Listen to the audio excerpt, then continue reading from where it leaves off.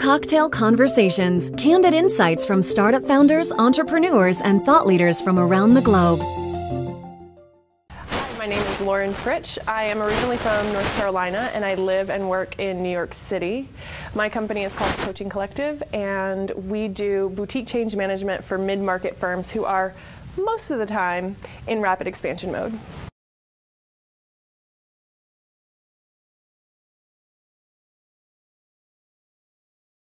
So most of my clients are CEOs, and the biggest challenges I see among them is that they have employed certain techniques to get to the level of success they've achieved. So they have a thriving business anywhere between $10 and $50 million. Like, yeah, they're doing well. But in order to take their business to the next level, they actually have to deconstruct a lot of the stuff that made them successful in the first place. They can no longer be workaholics. They can no longer be micromanagers. They can no longer be kind of the mean guy in the office. They actually have to change who they are as leaders in order to go to the next level. And I think that that affects a lot of their identity and is one of the biggest obstacles to the growth of their companies. And that's why you see a lot of CEOs get removed as their companies grow, because they don't actually grow too. They don't do the internal work that's required for the external.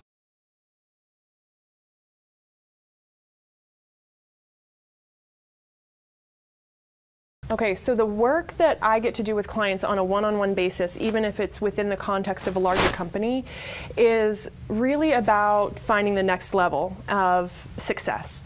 And the people that I work with and have the privilege to work with are already super achievers, right? They've already done a lot of things that people really admire. They're like on the board of the Department of Defense. They're the CEO of a company that makes millions of dollars. They have like 5 houses. They have made it. For all intents and purposes, they have made it.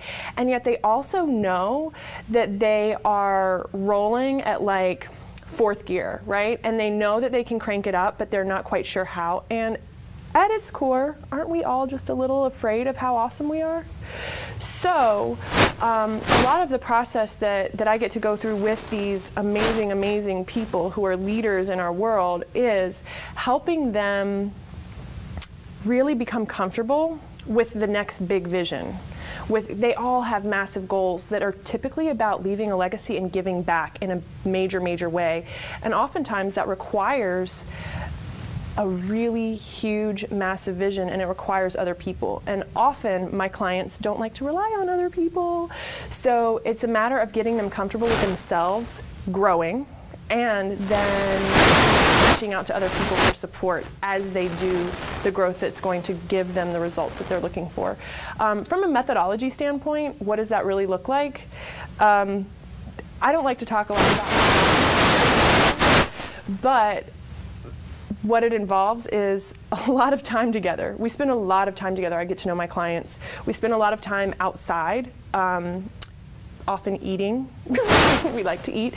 And it's about really getting authentic and stripping them down to the elemental pieces of who they are and how they like to do business, and making sure that everything that we're doing is in alignment with their values. Because if it's not, then it's not going to feel right, and then they're not going to get the results they're looking for in their businesses or in their personal lives.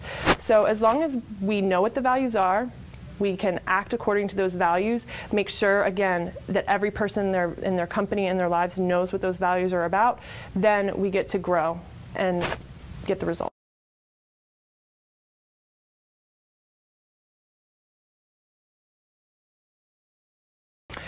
So, how do you answer the work-life balance question? I think this is particularly important for women.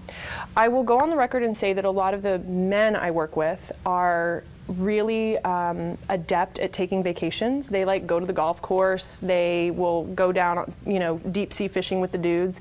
It's the women I see who have a much harder time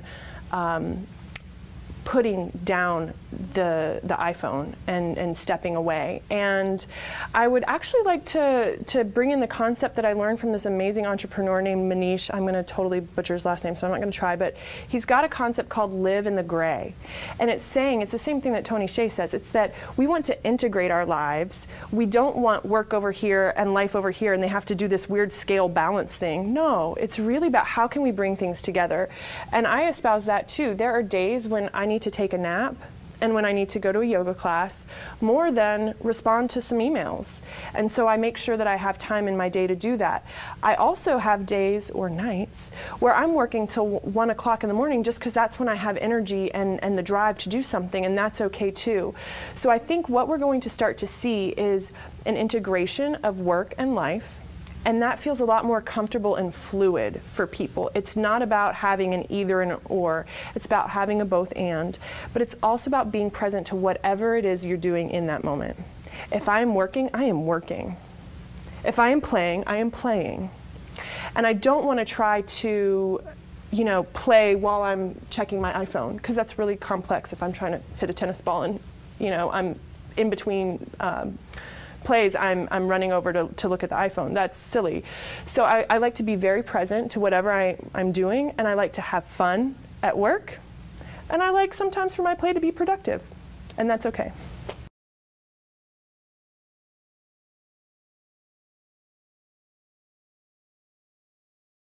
How can entrepreneurs set aside their schedules to get inspired even though they have hectic lives? I think that's a fabulous question.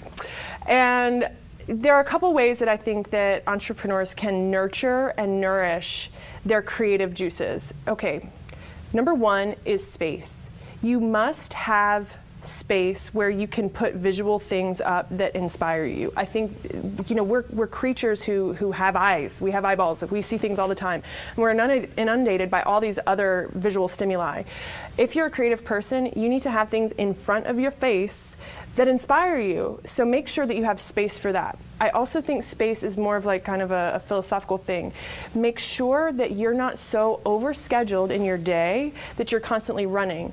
There's been a study in, what book is it? It's around neuroscience that the aha moments, the amazing inventions, the Post-it note, they didn't come out of the days that we were like working so hard trying to solve problems.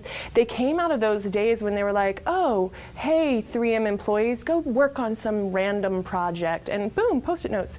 They come when you're in the shower. They come when you're driving in the car. They come when you're just taking a walk down the street and not thinking about your next, meeting or client or transaction. So make sure that you have space for serendipity. You have space for aha moments. And that happens when you're not this close to your problem. Another way to foster innovation and creativity is to actually work on something that you're not so great at. So I regularly actually take out, I'm a decent artist, but I'm not like, whoa. And so I take out the paint and I just like play, and maybe I'm gonna draw something that I saw in a magazine, so I'll tear out a piece of paper from the magazine and like try to draw that. But I practice that, and that's going to get me into a meditative state where, those aha moments can come, but also it's just really fun, and it's good for me to do something that works out my brain in a different way than it's being worked, and it's just really enjoyable. So, oh, and one more. Make sure that you are reading things and absorbing pieces of information that are coming from places that are obscure, that you don't usually look at. Some people get a little overwhelmed by the information thing. I myself went on a complete media fast for 1.5 years, and it was fabulous. I highly recommend it. If you're not going on a media fast, but you want to curate your information, find a service that does that for you. They exist out there. If you have questions about that, tweet me at Magnuson Factor. I'll give you some. But it's a way to open your brain to things that are happening in other cultures around the world, articles, videos, songs, pieces of art, so that you can start to be percolating on things that are not in your tech bubble or your e-commerce bubble or your finance bubble. And those things I think are crucial for people who want to be on the cutting edge of innovation.